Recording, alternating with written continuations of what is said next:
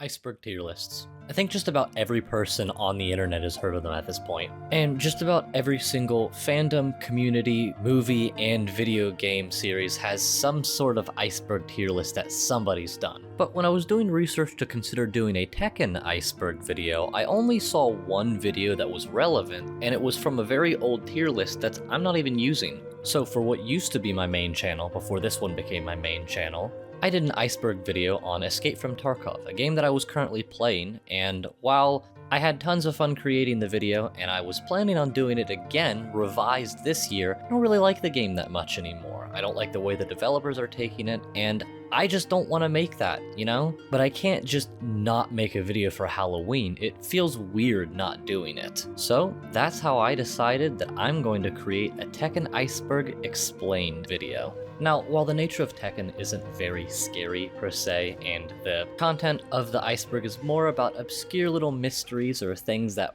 were leaked or rumored, but we're still going to try and keep that spooky vibe for Halloween either way. Now, before we start, I know I've taken a little bit of your time already, but if you haven't figured out already as well, everything is already timestamped, so you can skip to any point you want, but I suggest to at least listen to this little part, because this is going to be how I'm going to be structuring what I'm choosing from the tier list, because I can't do everything on the tier list.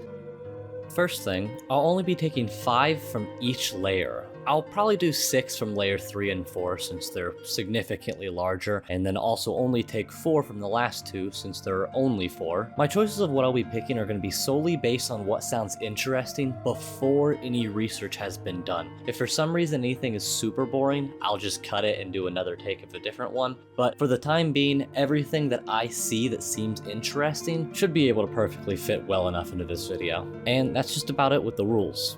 See, I told you it wouldn't take that long. Now, we've covered the basics to be able to start the video. I think it's time we finally get to the very first layer.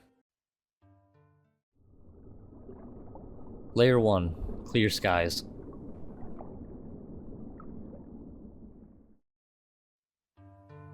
Mushroom Battle.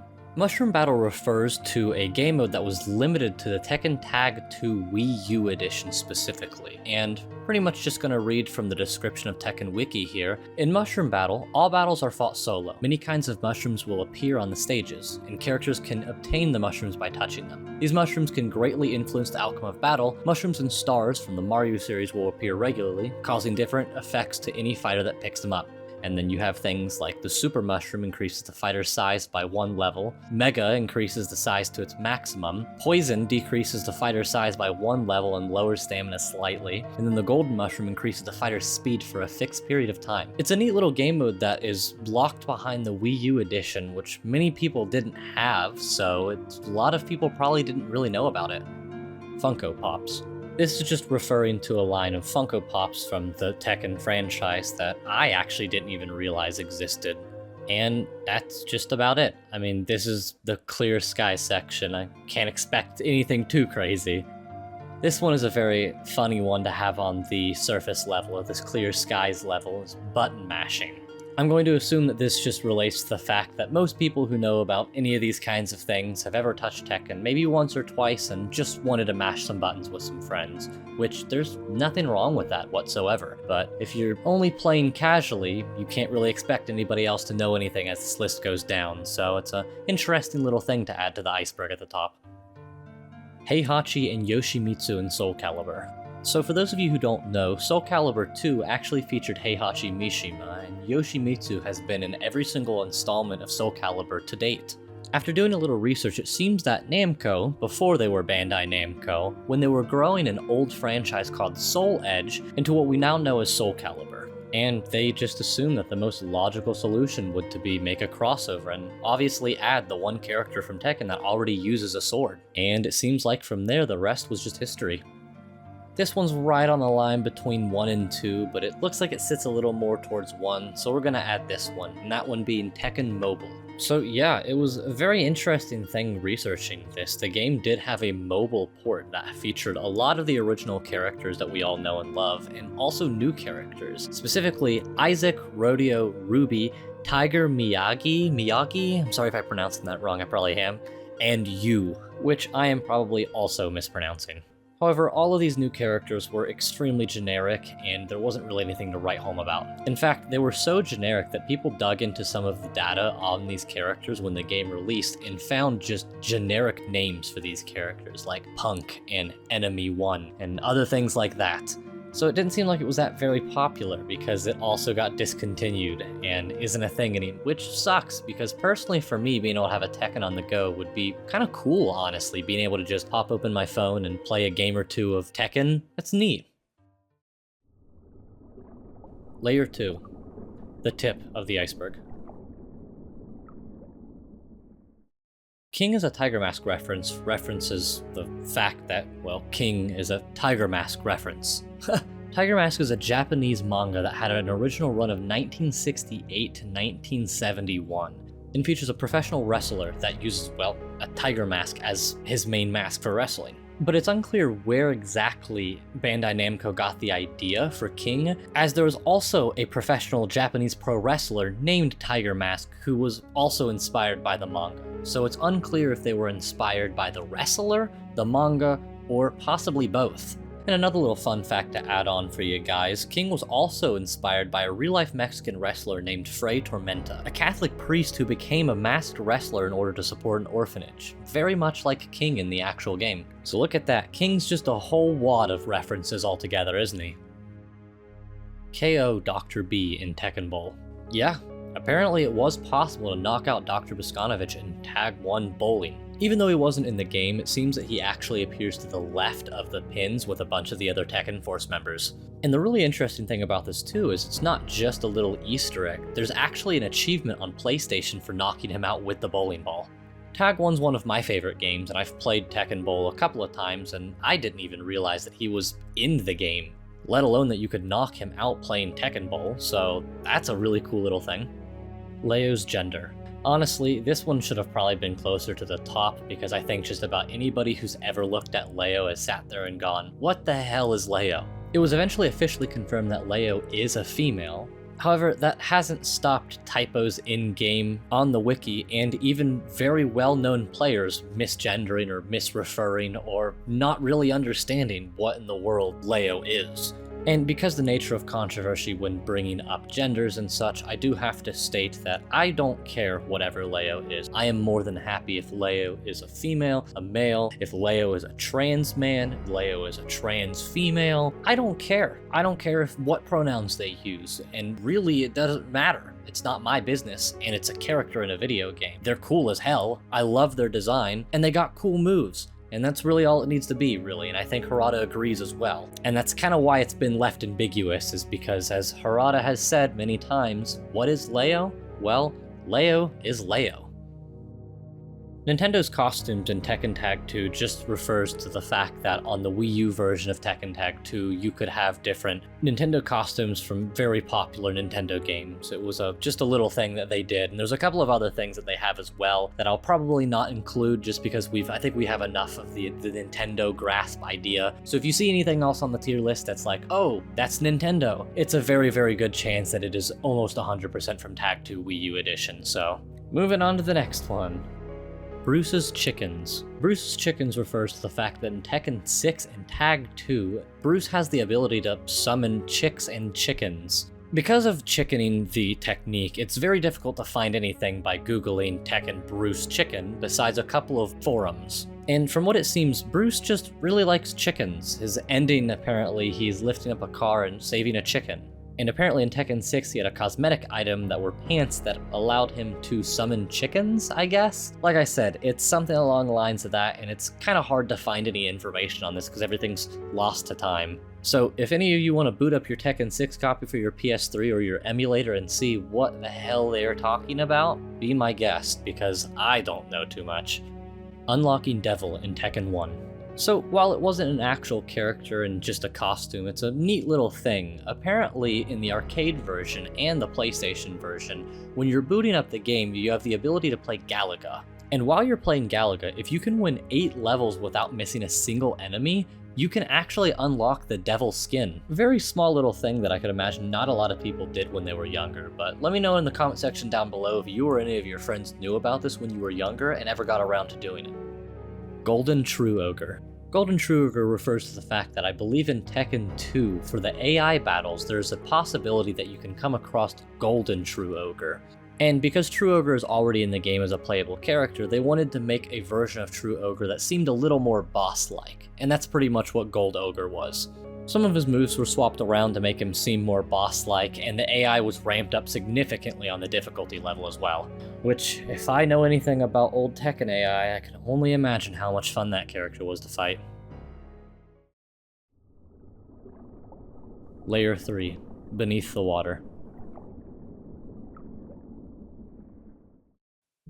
As promised, because there are a lot of entries on this one and the one below it, I'll make a couple of extra. I'm not sure I'll do 6 exactly, I might do a little over. We'll see how interesting things get, So apparently Tekken 6 had tap-out official merch inside of it. I haven't played much Tekken 6, and that I didn't ever touch the customization in the game, so I was never made aware of this. Originally, when I saw this entry, I had no idea that it was going to be from Tekken 6, because a couple of the shirts from Tekken 7 actually look like they could have been tap-out shirts. I don't know, just something that I thought would be interesting to throw in there. Tekken HD refers to Tekken Hybrid, which was pretty much just a PS3 re-release of Tekken Tag 1 that also had one of the Blu-ray DVDs in it from the movies, and then just a demo of Tekken Tag 2. However, one thing that's really interesting to note is the only thing that was changed about Tag 1 was the fact that it was in 1080p and ran at 60 frames a second, so that could have actually been something cool for people to see back then. So for anybody who hasn't actually ever delved into Tekken Tag 1 or 2 very much, this could be a really new one, as it is for me as well. Netsu refers to pretty much Tag's rage mechanic, is Tag 1 and 2's rage mechanic.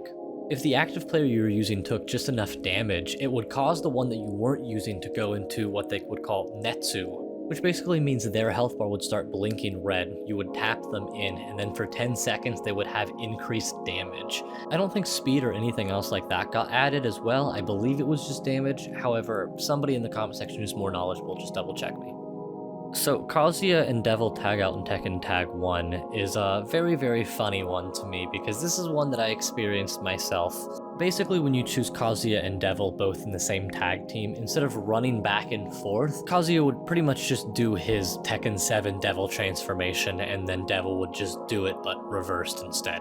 It sounds really cool in retrospect, however, there's not any armored frames in this game, so you are completely vulnerable of getting hit in that action, which pretty much made it just absolutely impossible to be able to tag out of a really nasty situation because you just get clipped again and not be able to transform. Dragunov isn't mute refers to the fact that Dragunov can actually talk and has talked a couple of times in the campaign. Now, even though we don't have any audio clips of this happening, in the Tekken 6 scenario campaign, if you choose Dragunov, there's a couple of instances where he talks to different people. This is something that you might not know if you're not really big into Tekken, but I'm surprised it's this deep on the list because I've been recommended many videos of Dragunov talking in different scenarios. And I could probably imagine that you guys have as well, so let me know down below, did you guys know about that one? Because I thought most people who played the game kinda did by now. Anna's uncensored Tekken 3 ending. So one big difference, I guess, in between the Japanese version and the United States version of Tekken 3 is Anna's ending is completely different. I highly suggest you go check out the video if you're curious by it, because it's just a completely different video. Up right now I have our screenshots, but for any reason whatsoever, I don't want YouTube to hate this video, so I'm not going to take any risks taking this video and putting it up. It's nothing overtly bad by nature, but it's definitely a little more revealing than the American version. Unknown is possessed pretty much just confirms the fact that Jun Kazama was possessed by some demon. And one thing to note that's very interesting is it says on the wiki it's specifically the wolf demon. Obviously this could be a surface level as just saying that the thing floating beside her is that spirit and ending it right there. It is neat to sit here and think that both wolves and possession and devils have already been seen before and are continued to be seen. Specifically, the first thing that comes to mind is Tekken 5's wolf stage. And that stage could have just been put in there because they thought it looked cool and it fit the art direction, but it's just really cool to think about this idea, that there could be other strands of a devil gene that are possessing other people. And that also makes me think if we're ever going to see Jun again as unknown, other than just a skin, and gonna have a new moveset, almost like Devil in the older games. Layer 4. Deep Waters. Tekken Maxim. Yeah, you heard that right. And no, if it's on my search history now, you can look it up and it can be on yours as well. This was, I'm assuming, probably an early 2000s take on trying to popularize nerd culture, I guess. And from that drive, we got this entry. Tekken 3 Gunjack Bad Ending.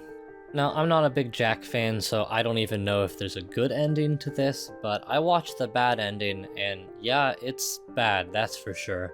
For those of you who don't know, or haven't seen it like I didn't, Gunjack was pretty much set to rot away in some facility, most likely storage, and is found by presumed to be the girl that Jack whatever how long ago games ended up saving, I think? Anyways, that girl comes to save him, they go to walk away in the forest and he just gets blasted by a laser from space, pretty much killing them both. But something that's really interesting is you wear the Gunjack special outfit and then get the ending. Jack ends up blocking the laser beam somehow with a shield and saves them both. Good on Bandai Namco for that. I mean, that's really cool detail to be seen in such an old game.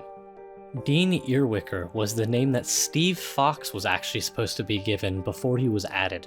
And thank God Bamco ended up removing it because that is a horrible name. Tekken Tag Tournament's icon cries if you try to delete it. Yep, that one's really interesting. So the Tekken Tag 1's save icon on the PlayStation 2 is Xiao Yu, and when you click on it, she looks all so happy, but when you go to select over delete, she'll get on her hands and knees and start crying. I had a couple of games that did this back when I was a kid, and I always felt like such a piece of shit for trying to remove them, so little shitty of them to do that. Eric Jacobus references a YouTube channel that goes by the same name that just makes Tekken moves in real life. However, I never saw this channel before and did have to check it out because it was actually really cool. A lot of the ones that I usually saw were either sped up or things were slowed down, but he tries his hardest to match the speed and the technique as well, which is pretty interesting to see. Tekken 2 idle animations is a really cool one because I had no idea this was a thing. If you don't touch the controller for long enough, the characters will actually start daydreaming. There was a picture right now I found on Reddit, and the original post will be in the description as well if you're curious, which just looks so silly. I think it's so cool, and I could imagine everybody's surprise if they left the room like on the Reddit post and came back and you saw this. Like, it's just like, huh, I never thought a game so old would have such interesting attention to detail like that. So here's a really interesting one. Rave War was the original name for Tekken before it released. And it's not even like it was a pre-concept idea, they had this name until they went out of beta and decided to change the name. I don't know how late into it would have been, but it's crazy to think that Tekken was not called Tekken before, and especially not something called Rave War. Layer 5, Dark Waters.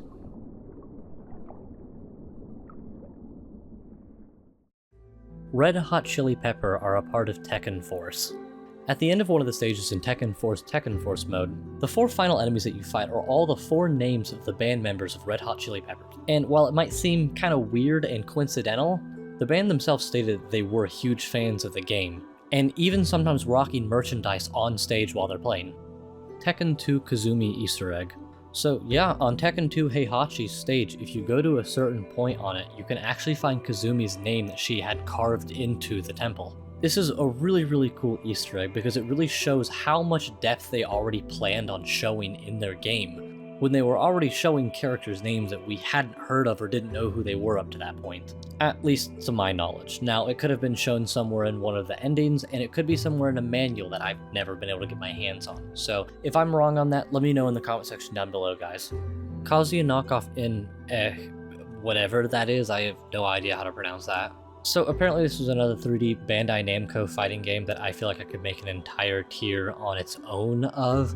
I mean, there's so many things from knockoffs to reused moves to, I mean, just a lot. This just seemed like they wanted to make another Tekken and it didn't go too well. Koguma and Kopanda, and then also Injin, both these entries can be kind of taken off with one. Back when people started scrounging through the data for Tekken 4 arcade mode, there were a lot of different names and voice lines that were not used. Koguma just means cub or bear cub in Japanese, and I'm assuming Kopanda is going to be the same, so I'm not too sure what these ones were supposed to mean. Maybe we could have seen like a Roger Jr. situation with either of these two.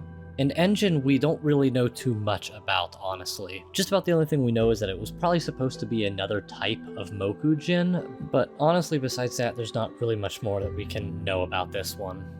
Now, Tekken 6 E3 trailer can kind of allude to a lot of things. I'm not too sure which one this one really means. When trying to do research on it, I didn't really get anything interesting from Reddit, and there were multiple years that this game was teased for. So it could be that it was teased a lot. There's one that I found on 2006 that is over 5 minutes long, and it could have probably been maybe 35, 40 seconds. So it could be alluding to the fact that it was horribly long and a little boring. But that's also just my opinion, so it could be that it was amazing. I'm not really too sure on this one as well.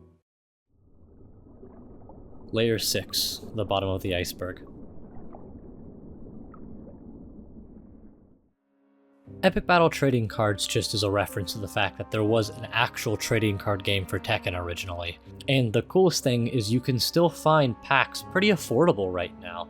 It almost makes me want to get them and see what they're like. I'm really big onto collecting cards like Magic the Gathering and stuff like that, and honestly having a pack or two of these and maybe a couple of cards in the sleeves would be pretty cool, honestly. Tekken 4 Boost Mode is a mode in Tekken 4 that's completely unused and unable to get in a legitimate way, however all the code is there for it to be able to function.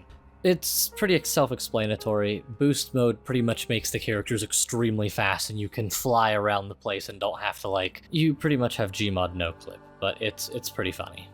Early Tekken concept art is a really cool entry, and up on the screen are a bunch of sketchbook from what I'm assuming to be Harada's, and these were sketches of what he wanted Tekken to look like before Tekken was even a thing and they started working on it.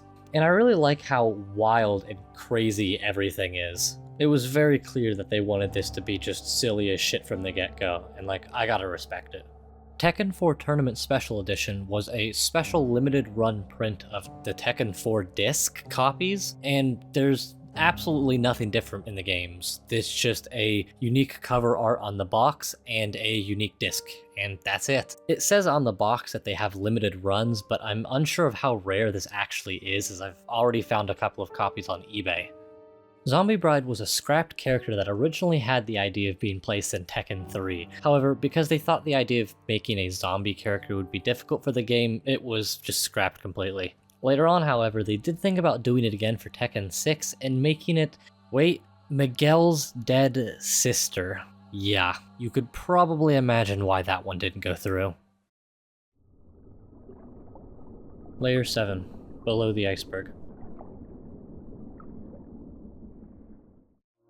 The entry Jones Soda references the soda Jones Soda and how they were actually supposed to have a deal with Tekken. They were going to do a promotional where they had Tekken characters on the bottle itself, but it didn't actually ever get to see the light of day. However, I do believe there were a couple of copies that were made just for show that are kind of circling around the internet still. I believe they're probably owned by Harada or Michael Murray, and you can't buy them, but they technically exist. Jin's Tekken Tag beta face. I couldn't find any actual images of the beta face itself, but I did find something that's pretty interesting to note. In Tekken Tag 1's manual, if you go over to Jin Kazama, it's just a picture of Kazuya. After doing a little more reading, it seems that Jin's design was very similar to Kazuya, so that was probably the placeholder that they were running with if they wanted him to look like that, which they ended up changing, obviously. Harada disappearing for a week. Yeah, so apparently back in 2013, Harada just up and went missing for a week. Yeah, it turned out he literally just turned off his phone and locked himself in his house to play video games for a week. So he sent everybody in this gigantic panic, and everybody was worried that Tekken was going to be over now that Harada is missing or kidnapped, and he just wanted to go play Steam for a week straight. Anna Kournikovas Smash Court Tennis. Smash Court Tennis was a tennis game that featured Heihachi and Zhao Yu both as unlockable characters in the game. It's a very interesting thought to think that Heihachi has now been a professional bowler and a professional tennis player if you think about it. Tekken 2 Ben Presto plushies references these really hideous looking plushies that they did for Tekken 2. Back in 1996 is when this thing is released apparently. Yeah, it's a mess. Layer 8, The Abyss. VR Fighter vs Tekken 2. This answer just probably refers to the fact that Tekken 2 and Virtua Fighter, when they both came out, were competing since they were the only two 3D fighting games. Obviously, to each their own, and there's fans for each, but at the time, probably everybody was just trying to figure out which one was better because it was the early 2000s and everybody wanted competition. Tekken Tag is canon. While it's been stated many times that both series are not canon and they're only canon to each other, Tag 1 and Tag 2, there's a handful of discrepancies in the endings to both Tag 1 and 2 that link in with other Tekkens that make people think that it might be a little more canon than Namco is leading on. Tekken Chocolate doesn't really make much sense to me. I honestly try to do as much research as I can on this one, but unfortunately I couldn't find anything other than the fact that there's a move in Tag 2 called Chocolate Cake that is a grab with an item, but besides that, I really didn't get anything else. I'd imagine it had something to do with some company wanting to approach Bandai Namco to do a sponsorship deal for chocolate, just like the drinks and everything else win, pretty much. For Tekken 1997 energy drink, there really isn't anything as interesting as you think it is. The only thing I have is this screenshot from Harada's Twitter saying that there was an energy drink made for Tekken 3 in 1997. But I can't find any pictures of it anywhere, and that's all we have for information. The final layer. Rock bottom. Gigas is Marduk. Now, before Marduk eventually came out for DLC, a lot of people speculated that this could have been Marduk because they're similar in size and shape, and Gigas inherited a lot of moves from Marduk as well. So when the game released, this was actually a leading theory that a lot of people thought, and some people even thought that eventually down the line, Gigas would be removed and then replaced, like he's freeing himself, like a Call of Duty story event or something, I don't know. Ogre is holding Jun's head in Tekken 3 intro. Now, this one has obviously already been confirmed false since we have Tekken 8 now, and you could have assumed this was still true even when Tag 1 and 2 came out because those weren't canon to the actual games, and it's just a big amalgamation of all characters even if they're dead. So that one people ran away with, but obviously we know now it's not.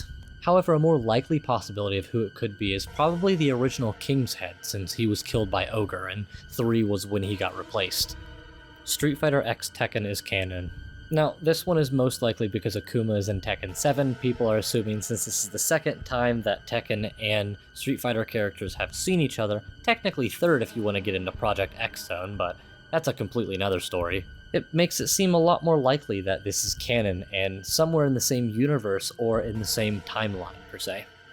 Lee's secretary is an android. There's not much proof of this inside of the actual games themselves, but rather the fact that Harada just straight up tweets and says, yeah, she's an android. Another interesting thing the Tekken Wiki points out is Secretary can not just be one, but more so a collective of different androids he's trained over a time, and he's just given the same name to all of them because they serve the same purpose. So it's possible, just like Jack, every new Tekken we see this character, it could be a brand new version of the android for all we know. And that is going to wrap us up right before 30 minutes. That was a bit of a long one, I'm not gonna lie. I did all of that mostly in one take and then did all my editing after, so that was a lot. That was quite long, but that was fun. And for those of you who might have learned something, let me know what you learned down below. Anything that might surprise you, anything that you never knew, just drop it down below. I'd love to hear and start a discussion. Whether you're watching this video just a couple hours after it releases during the day, or later at night when you were done celebrating Halloween with friends and family, I hope you all enjoyed it the same. This was a lot of fun making, and I've been wanting to make another Halloween-esque video for a while. I made my last one on my old channel, and it didn't go well, so I'm glad to see some new stuff being able to pop up and breathe new life into Iceberg tier lists, because God, I love making them, I'm gonna be real. If you enjoyed the video, consider liking the video and also subscribing if you want to see more content from me. It helps me out a ton and shows me that you guys want to see more content like this. Either way, thank you so much guys for watching. It really means a lot to me. I hope you guys have a great Halloween and a great rest of your day. I'll see you in the next one, guys. Thank you.